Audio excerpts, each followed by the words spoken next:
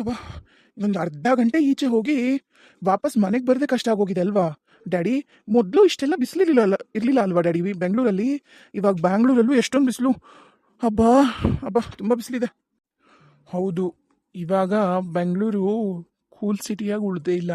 ನಾ ಸ್ಟಾರ್ಟಿಂಗ್ ಬಂದಿದ್ನಲ್ಲ, ಒಂದು 1984 ಅಥವಾ ನೀವು ಹುಟ್ಟಕ್ಕಿಂತ ಮುಂಚೆ ನಿಮ್ಮಮ್ಮನ ಮದುವೆ ಆದ ಕೂಡಲೇ, ಅವಾಗೇನು ಅಷ್ಟೊಂದು ಬಿಸಿಲಿರಲಿಲ್ಲ ಅಪ್ಪ. ಇಲ್ಲಿ ತುಂಬ ಕೂಲ್ ಆಗಿರೋದು. ಮಳೆನೇ ಯಾವಾಗಲೂ ಮಳೆನೇ ಇರ್ತಾ ಇತ್ತು. ಇವಾಗ ಯಾಕೋ ವೆದರು ಬೆಂಗಳೂರ್ದು ತುಂಬ ಚೇಂಜ್ ಆಗ್ಬಿಟ್ಟೈತೆ ನೋಡು. ಹಾಂ, ಎ ಸಿ ಹಾಕ್ಕೊಂಡು ಕಾರಲ್ಲಿ ಹೋದ್ರೂ ಇಷ್ಟೊಂದು ಶಕೆ, ಇಷ್ಟೊಂದು ಬಿಸಿಲು, ಇಷ್ಟೊಂದು ಬಿಸಿ ಗಾಳಿ ಎಲ್ಲ ಬರ್ತಾ ಐತೆ. ಇನ್ನೂ ಬಿಸಿ ಗಾಳಿ ಎಲ್ಲ ಉತ್ತರ ಕರ್ನಾಟಕದೊಳಗೆ ತುಂಬ ಐತಂತಪ್ಪ. ಏನೋ ನನಗೂ ಗೊತ್ತಿಲ್ಲ. ಇನ್ನಿಷ್ಟು ದಿನ ಇರುತ್ತೋ. ಸರಿ ಸರಿ, ಹೇಳು ಪ್ರಿಯಾಗೆ ಹೇಳು, ಒಂದು 3 ಗ್ಲಾಸು ಜ್ಯೂಸ್ನ ರೂಮ್ ಕೊಟ್ಟು ಕಳ್ಸಕ್ಕೆ ಹೇಳು ಮೀನಾ ಕೈಲಿ. ನಾನಂತೂ ಸ್ವಲ್ಪ ಹೋಗಿ ಮಲಗಿ ಎದ್ದು ಬರ್ತೀನಪ್ಪ. ಅಂದಂಗೆ ಯಾಕೋ ಮನೇಲಿ ಯಾರು ಹೆಂಗಸ್ರು ಇಲ್ವಾ? ಎಲ್ಲಾದ್ರೂ ಹೋಗ್ತೀನಿ ಅಂದ್ರ ನಿಮ್ಮಮ್ಮ ಮತ್ತೆ ಪ್ರಿಯಾ? ಇವಳು ಕಾಣ್ತಾ ಇಲ್ಲ. ಪೂಜಾನು ಏನಾಯ್ತು ಇಷ್ಟೊಂದು ಸೈಲೆಂಟ್ ಆಗಿದೆ ಮನೆ? ಅದು ನಾಳೆ ಸತ್ಯನಾರಾಯಣ ಪೂಜೆ ಇದೆ ಅನ್ನೋ ಥರನೇ ಮನೇಲಿ ಇಲ್ವಲ್ಲ. ಅಂದಂಗೆ ಅಭಿ, ನಿನ್ನ ಹೆಂಡತಿ ಪೂಜೆದೆಲ್ಲ ರೆಡಿ ಮಾಡ್ತೀನಿ ಅಂದಿದ್ಲಲ್ವಾ? ಎಲ್ಲಿ ಹೂವೆಲ್ಲ ಅವಾಗಲೇ ಕೊಟ್ಟು ಕಳ್ಸಾಯ್ತು, ಮಾರ್ಕೆಟಿಂದ ಅವಾಗಲೇ ತಂದಿಟ್ರು. ಸೆಕ್ಯೂರಿಟಿ ಅವಾಗಲೇ ಮೇಲಿಟ್ಟು ಬಂದೆ ಸರ್ ಅಂತ ಹೇಳಿದ್ನಲ್ಲ. ಇವ್ರೇನು ಬಂದರೂ ಏನು ರೆಡಿ ಮಾಡಲ್ವಾ? ಅಷ್ಟು ಸುಲಭನಾ ನಾಳೆನೇ ಪೂಜೆ ಇಟ್ಕೊಂಡು? ಮೊದಲು ಪ್ರಿಯಾಂಕರಿ ಮೀನಾ ಕೈಲಿ ಒಂದು 3 ಜ್ಯೂಸ್ ತರಿಸು ಫಸ್ಟು. ಪ್ರಿಯಾ, ಪ್ರಿಯಾ, ನಂಗೂ ಡ್ಯಾಡಿಗೂ ಅಬಿಗೂ ಸೇರಿಸಿ 3 ಗ್ಲಾಸ್ ಆರೆಂಜ್ ಜ್ಯೂಸ್ನ ಮೀನಾ ಕೈಲಿ ಕಳಿಸ್ಬಿಡಮ್ಮ. ಸರ್, ಕೂಗಿದ್ರಾ? ಏನ್ ಬೇಕಾಗಿತ್ತು ಸರ್? ನಾನೇ ಕೂಗ್ದೆ. ಮೀನಾ, ಒಂದು 3 ಗ್ಲಾಸು ತಣ್ಣಗಿರೋ ಆರೆಂಜ್ ಜ್ಯೂಸ್ ತೊಗೊಂಡು ಬಾರಮ್ಮ. ಆಮೇಲೆ ಹಾಗೆ ಪ್ರಿಯಾನು ಕೂಗ್ಬಿಡು, ಮತ್ತು ನಿಮ್ಮ ದೊಡ್ಡಮ್ಮವ್ರನ್ನೂ ಕೂಗ್ಬಿಡಮ್ಮ. ಸ್ವಲ್ಪ ಮಾತಾಡಬೇಕು. ಪೂಜೆಗೆ ಏನಾದ್ರು ರೆಡಿ ಮಾಡ್ತಿದ್ದಾರಾ ರಾಧಾ? ಅವ್ರನ್ನೂ ಸ್ವಲ್ಪ ಕರೀಲಿ. ಪೂಜೆಗೆ ಮೇಲೆ ರೆಡಿ ಮಾಡಕ್ಕೆ ಹೇಳ್ಬಿಡು. ಇಲ್ಲಿ ಕೆಳಗಡೆ ಲಿವಿಂಗ್ ರೂಮಲ್ಲಿ ಸರಿ ಹೋಗಲ್ಲ, ಯಾಕಂದರೆ ಜನಕ್ಕೆಲ್ಲ ಕೂತ್ಕೊಳ್ಳೋಕ್ಕೆ ಸ್ವಲ್ಪ ಫ್ರೀಯಾಗಿ ಸ್ಪೇಸ್ ಬೇಕಾಗುತ್ತಲ್ಲ, ಅದಕ್ಕೆ. ನೀನೇನು ಮಾಡು, ಪ್ರಿಯಾ ಮತ್ತು ದೊಡ್ಡ ಮೇಡಮ್ ಮತ್ತು ರಾಧಾ ಇವು 3 ಜನ ಕರ್ಕೊಂಡು ಬಾ. ಹೋಗು ಬೇಗ. ಅಯ್ಯೋ ಸರ್, ಅದೇನೋ ಗಲಾಟೆ ಆಗಿದೆ ಅನ್ಸುತ್ತೆ. ಪ್ರಿಯಾ ಮೇಡಮ್ಗೂ, ದೊಡ್ಡ ಮೇಡಮ್ಗೂ ಮತ್ತು ರಾಧಾ ಮೇಡಮ್ಗೂ. ರಾಧಾ ಮೇಡಮ್ ಅಳ್ತಾ ಗಾರ್ಡನಲ್ಲೇ ಕೂತಿದ್ದಾರೆ. ದೊಡ್ಡ ಮೇಡಮು ಅಳ್ತಾ ಅವ್ರ ರೂಮಲ್ಲಿದ್ದಾರೆ. Priya madam same. ಇನ್ನು ಪೂಜಾ ಮೇಡಮು ದೊಡ್ಡ ಮೇಡಮ್ ರೂಮಲ್ಲೇ ಅವರು ಕೂತಿದ್ದಾರೆ. ಅದೇನಾಗಿದೆ ಅಂತ ನಂಗೆ ಗೊತ್ತಿಲ್ಲ. ನಾ ಕೆಳಗಡೆ ಎಲ್ಲ ರೆಡಿ ಮಾಡೋಕ್ಕೆ ಅಂತ ಹೋಗಿದ್ದೆ, ಅಷ್ಟರೊಳಗೆ ಏನೇನೋ ಆಗೋಗಿದೆ. ಏನು ಹೇಳ್ತಿದೀಯ ಮೀನಾ? ನಿಮ್ಮ ದೊಡ್ಡ ಮೇಡಮ್ ಅಳ್ತಾ ಹೋದ್ರಾ? ನೀನು ಹೇಳ್ತಿರೋದು ಹೆಂಗಿದೆ ಅಂದರೆ, ಈ ಮಠ ಮಧ್ಯಾಹ್ನ ಬಿಸಿಲಲ್ಲಿ ಸಿಡ್ಲು ಬಿಡ್ದಂಗೆ ಆಯ್ತು ನನಗೆ. ಬಹುಶಃ ಏನೋ ಕನ್ಫ್ಯೂಷನ್ ಮಾಡ್ಕೊಂಡಿದೀಯಾ. ನಗ್ತಾ ಹೋಗಿರೋದನ್ನ ಅಳ್ತಾ ಹೋಗಿದ್ದಾರೆ ಅನ್ಕೊಂಡಿರ್ಬೇಕು. ಸರಿ ಇರು, ಅದೇನೋ ನಾನೇ ನೋಡ್ತೀನಿ, ಎದ್ದೋಗಿ. ಇಲ್ಲ ಸರ್, ನಾ ಕರೆಕ್ಟಾಗಿ ನೋಡಿದೆ. ರಾಧಾ ಮೇಡಮ್ ಯಾಕೋ ಪೂಜಾ ಮೇಡಮ್ಗೂ, ಪ್ರಿಯಾ ಮೇಡಮ್ಗೂ ಮತ್ತು ದೊಡ್ಡ ಮೇಡಮ್ಗೂ ಎಲ್ರಿಗೂ ಸೇರಿಸ್ಬಿಟ್ಟು ತುಂಬಾ ಜೋರಾಗಿ ಅವ್ರ ಮೇಲೆಲ್ಲ ಕೂಗಾಡ್ತಾ ಇದ್ರು. ದಬ್ಬಾಳಿಕೆನೋ ಮಾಡ್ದಂಗೆ ಕೇಳಿಸ್ತಾ ಇತ್ತು ನನಗೆ. ತುಂಬ ಜೋರು ಧ್ವನಿಲಿ ಮಾತಾಡ್ತಾ ಇದ್ದು. ಅಕ್ಕಪಕ್ಕದವ್ರ ಮನೆಯವರೆಲ್ಲ ನಿಂತ್ಕೊಂಡು ಕೇಳಿಸ್ಕೊತಾ ಇದ್ರು ಸರ್. ಅಷ್ಟು ಜೋರಾಗಿ ರಾಧಮ್ಮವರು ಕೂಗ್ತಾ ಇದ್ರು. ನಂಗೇನಾಯ್ತು ಅಂತ ನಾನು ಆ ಧ್ವನಿ ಕೇಳಿ ಮೇಲ್ ಬರೋಷ್ಟರೊಳಗೆ ಎಲ್ಲರೂ ಅವ್ರ ರೂಮ್ ಸೇರ್ಕೊಂಡಿದ್ರು ಅಷ್ಟೇ. ಏನೋ ಆಗಿದೆ ಹಾಗಾದರೆ. ಸರಿ ಹೋಗು, ನಿಮ್ಮ ದೊಡ್ಡ ಮೇಡಮ್ ಜೊತೆಗೆ ಎಲ್ಲರನ್ನೂ ಕರ್ಕೊಂಡು ಕೆಳಗಡೆ ಇಲ್ಲಿ ಹಾಲಕ್ಕೆ ಕರ್ಕೊಂಡು ಬಾ. ನಾ ಇಲ್ಲೇ ಇರ್ತೀನಿ. ನಂಗೆ ಮೊದಲೇ ಹೊರಗಡೆ ಓಡಾಡಿ ಸಾಕಾಗೋಗಿದೆ.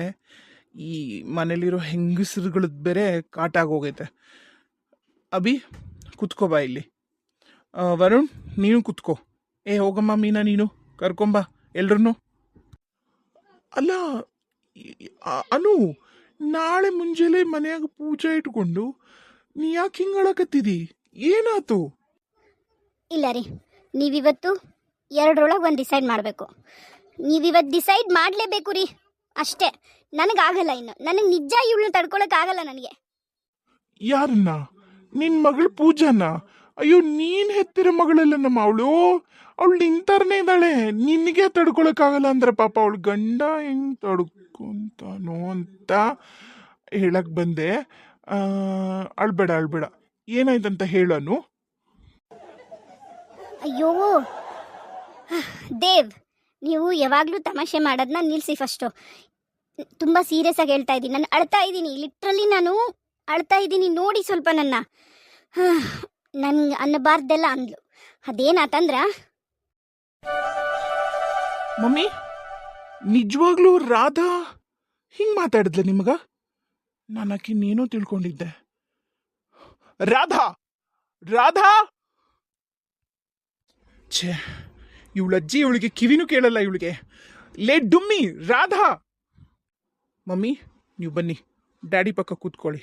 ಇವತ್ತು ನಾನು ಅವಳಿಗೆ ಎಲ್ಲ ಮಾತಾಡಿ ತಿಳಿಸಿ ಹೇಳ್ತೀನಿ. ನೀವು ಅಳಬೇಡಿ, ಕಣ್ಣೊರ್ಸ್ಕೊಳ್ಳಿ ಫಸ್ಟು. ಅವಳು ನಿಮಗೆ ಇಷ್ಟೊಂದೆಲ್ಲ ಎದುರು ಮಾತಾಡೋ ಲೆವೆಲ್ಗೆ ಆಗೋಗ್ಬಿಟ್ಲಾ? ಮಾತಾಡ್ತೀನಿ, ಕರೆಸ್ತೀನಿ ಅವಳನ್ನ. ಕೂತ್ಕೊಳ್ಳಿ ನೀವು. ಅಯ್ಯೋ ಅಣ್ಣ, ಬರೀ ಮಮ್ಮಿಗಷ್ಟ ಅಲ್ಲ ಕೆಂದಿದ್ದು. ನಾನು ಅವಳನ್ನೇನೋ ತಳ್ಳಿ ಕೆಳಗೆ ಬೀಳಿಸಿ ಅವಳ ಮೊಣಕಾಲ್ಗೇನೋ ನೋವು ಮಾಡಿದೆ ಅಂತ ಜೋರಾಗಿ ಕೂಗ್ತಾ ಇದ್ಲು. ನಾನು ಅವಳು ಟಚ್ಚೇ ಮಾಡಿಲ್ಲ ಅಣ್ಣ. ಆದರೂ ಎಷ್ಟೊಂದು ಕೂಗಾಡಿ ಎಷ್ಟೊಂದು ರಂಪ ಮಾಡ್ತಾ ಇದ್ಲು ಗೊತ್ತಾ. ನಾನಂತರೂ ತಳ್ಳಿಲ್ಲಪ್ಪ, ಮೊದಲೇ ಹೇಳಿದ್ದೀನಿ. ಅವಳು ಸುಳ್ಳು ಹೇಳ್ತಿದ್ದಾಳೆ ಅಂತ ನಂಗಂತೂ ಏನೂ ಗೊತ್ತಿಲ್ಲ. ಸರಿ ಮಮ್ಮಿ ಹತ್ರ ಹೋಗ್ತೀನಿ. ಪಾಪ ಮಮ್ಮಿ ಎಷ್ಟು ನೋವು ಮಾಡ್ಕೊಂಡ್ರು ಏನೋ ಮನಸ್ಸಿಗೆ. ಅಭಿ ಹೇಳಿ ಮಮ್ಮಿ, ಮತ್ತೇನಾದ್ರು ಅಂದ್ಲ ಅವಳು ನಿಮಗೆ? ನಾನು ಅವಳಿಗೆ ಕಪಾಳಕ್ಕೇನೋ ಹೊಡೆದ್ನಂತಪ್ಪ, ಅದನ್ನೇ ಹೇಳ್ತಾ ಇದ್ಲು. ನಾ ಬರಲಿ, ನನ್ನ ಗಂಡ ಬರಲಿ, ನಾನು ನನ್ನ ಗಂಡಂಗೆ ಹೇಳ್ತೀನಿ ನೀವು ನನ್ನ ಕಪಾಳಕ್ಕೆ ಹೊಡೆದ್ರಿ ಅಂತ ಹೇಳ್ತೀನಿ, ಪೂಜಾ ನನ್ನ ತಳ್ಳಿದ್ಲು ಅಂತ ಹೇಳ್ತೀನಿ, ಪ್ರಿಯಾ ನನ್ನ ಬೈದ್ಲು ಅಂತ ಹೇಳ್ತೀನಿ ಅಂತ ಇದ್ಲಪ್ಪ. ನಾವು ನಿಜ ಅವಳಿಗೆ ಯಾವುದೂ ತೊಂದರೆ ಮಾಡಿಲ್ಲಪ್ಪ. ನಾವು 3 ಜನನು ಸುಮ್ಮನೆ ನಿಂತ್ಕೊಂಡು ಡಿಸ್ಕಷನ್ ಮಾಡ್ತಾ ಇದ್ವಿ. ಇಷ್ಟೆಲ್ಲ ಅವಳೇ ಅಂದು ಅವಳೇ ಮಾಡಿ ನಾವು ಹೊಡೆದ್ವಿ ಬಡ್ದ್ವಿ ಅಂತ ಹೇಳ್ತಾಳೆ. ನಂಬೇಡ ಅಭಿ. ಛೇ, ಅವಳು ಯೋಗ್ಯತೆನ ಅವಳು ತೋರಿಸ್ತಾ ಇದ್ದಾಳೆ ಮಮ್ಮಿ. ಬರಲಿ ಅವಳು. ಇವತ್ತು ಅವಳು ನಿಮ್ಗಳ ಜೊತೆಗೆ ನೀಟಾಗಿ ಹೊಂದ್ಕೊಂಡು ಈ ಮನೇಲಿ ಇರ್ತಾಳಂದ್ರೆ ಮಾತ್ರ ಅವಳನ್ನ ಇಟ್ಕೊಳ್ಳೋಣ. ಇಲ್ಲ ಅಂದರೆ ನಾನು ಕರ್ಕೊಂಡೋಗಿ ಅವ್ರ ಅಪ್ಪ ಅಮ್ಮನ ಮನೆಗೆ ಅವಳು ಊರಿಗೆ ಹೋಗಿ ಬಿಟ್ಟು ಬಂದುಬಿಡ್ತೀನಿ ಮಮ್ಮಿ. ನೀವು ಅಳಬೇಡಿ, ಬೇಜಾರಾಗಬೇಡಿ ಮಮ್ಮಿ, ಸಮಾಧಾನ ಮಾಡ್ಕೊಳ್ಳಿ. ರಾಧಾ, ನಮ್ಮ ಅಮ್ಮನಿಗೆ ಏನಂದೆ ನೀನು? ನಮ್ಮಮ್ಮ ಎಷ್ಟೊಂದು ಬೇಜಾರು ಮಾಡ್ಕೊಂಡು ಅಳ್ತಾ ಇದ್ದಾರೆ ಗೊತ್ತಾ? ನೀನು ಸ್ವಲ್ಪನೂ ಮೈ ಮೇಲೆ ಪ್ರಜ್ಞೆ ಇರಲ್ವಾ? ದೊಡ್ಡೋರು ಚಿಕ್ಕವರು ಅಂತ ನಿನ್ಗೇನು ಗೊತ್ತೇ ಇಲ್ವಾ? ಹಳ್ಳೀಲಿ ಇದ್ದವರು ಎಷ್ಟೊಂದು ಸಂಸ್ಕಾರವಂತರಾಗಿರ್ತಾರೆ ಗೊತ್ತಾ? ಒಂದು ಸ್ವಲ್ಪನೂ ಸಂಸ್ಕಾರನೂ ಇಲ್ಲ, ಸಂಸ್ಕೃತಿನೂ ಇಲ್ಲ ನಿನಗೆ. ಯಾಕೆ ನಮ್ಮ ಮಮ್ಮಿಗೆ ನೀನು ಬೈದೆ? ಅಯ್ಯೋ ರೀ ಅಭಿ, ನಾನು ಅತ್ತೆಗೆ ಏನೂ ಹೇಳಿಲ್ಲ. ನಿಜ ಹೇಳ್ತಾ ಇದ್ದೀನಿ. ಅವರೇ ನನ್ನ ಕಪಾಳಕ್ಕೆ ಹೊಡೆದ್ರು ಅಭಿ. ಅಷ್ಟೇ ಅಲ್ಲ, ಪೂಜಾ ಚಿಕ್ಕಮ್ಮ ಜೋರಾಗಿ ತಳ್ಳಿದ್ರು. ಮುಂದೆ ಇದ್ದ ದಿವಾನಕ್ಕೆ ನನ್ನ ಮೊಣಕಾಲು ಹೊಡ್ಕೊಂಡು ರಕ್ತ ಈಗಲೂ ಬರ್ತಾ ಇದೆ. ತುಂಬ ನೋವಾಗಿದೆ. ಅತ್ತೆನೇ ನನಗೆ ಕಪಾಳಕ್ಕೆ ಹೊಡೆದಿದ್ದು. ಅವರೇ ನಂಗೆ ತುಂಬ ಅವಮಾನ ಮಾಡ್ತಾಯಿದ್ರು. ನೀವು ನಂಬಲ್ಲ. ಛೇ, ಸುಳ್ಳು ಹೇಳಬೇಡ ರಾಧಾ. ನಾನು ನಮ್ಮಮ್ಮನ್ನ 29 ವರ್ಷದಿಂದ ನೋಡ್ತಾ ಇದ್ದೀನಿ. ನಮ್ಮ ಮಮ್ಮಿ ಏನು ಅಂತ ನನಗೆ ಇಂಚಿಂಚು ಗೊತ್ತು. ನಮ್ಮ ಮಮ್ಮಿ ಬಗ್ಗೆ ಎಲ್ಲ ಸುಳ್ಳು ಹೇಳಬೇಡ. ಅವರು ಬೇರೆ ಹೆಣ್ಮಕ್ಳ ಮೇಲೆ ಕೈ ಮಾಡೋಷ್ಟು ಚೀಪ್ ಲೆವೆಲ್ಗೆಲ್ಲ ನಮ್ಮಮ್ಮ ಇಳಿಯಲ್ಲ. ಸುಮ್ಮನೆ ಸೀನ್ ಕ್ರಿಯೇಟ್ ಮಾಡಬೇಡ. ನಿನ್ಗೇನು ಕಡಿಮೆ ಆಗಿದೆ ಇಲ್ಲಿ? ಏನು ಕಡಿಮೆ ಆಗಿದೆ ಅಂತ ನೀನು ಇಷ್ಟೊಂದು ಸೀನ್ ಕ್ರಿಯೇಟ್ ಮಾಡಿ ಇಷ್ಟೊಂದು ನಮ್ಮ ಅತ್ತಿಗೆಗೂ ನಮ್ಮ ತಂಗಿಗೂ ಮಮ್ಮಿಗೂ ಬೈತಾ ಇದೀಯಾ? ನಿಂದು ಏನು ಉದ್ದೇಶ? ಅದನ್ನಾದ್ರೂ ಕ್ಲೀನಾಗಿ ಹೇಳು.